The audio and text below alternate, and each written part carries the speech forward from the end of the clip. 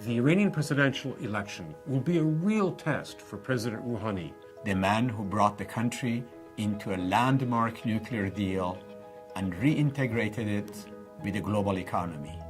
What are the key issues for Iranian voters, and how might the election affect U.S. policy?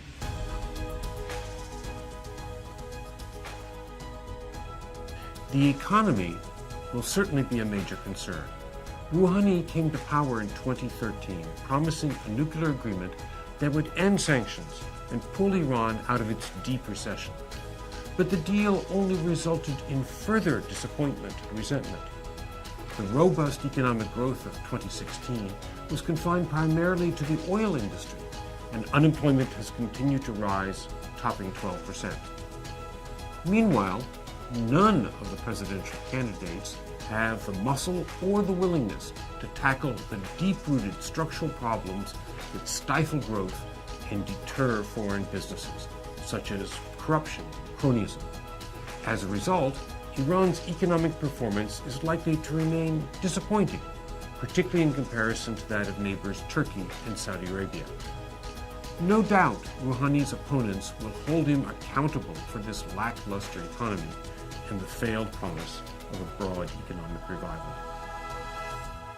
Iran is a country at war in Syria, Iraq, and Yemen.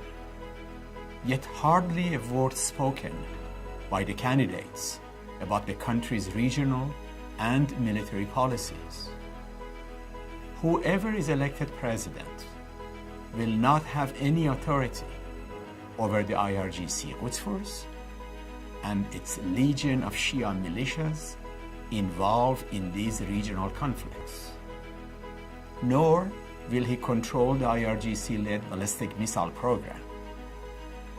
Yet the expeditionary forces and the missile program are the two pillars of Iran's regional strategy and a real threat to the US military personnel and interests, as well as those of our allies.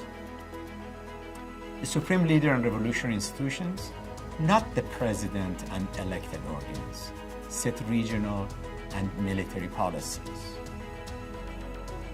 So the reality is that the election matters, but not on issues that most affect US security interests. I agree that the supreme leader and his hardline elite control the most important decisions in Iran. For this very reason, the upcoming presidential election may have greater impact than in the past.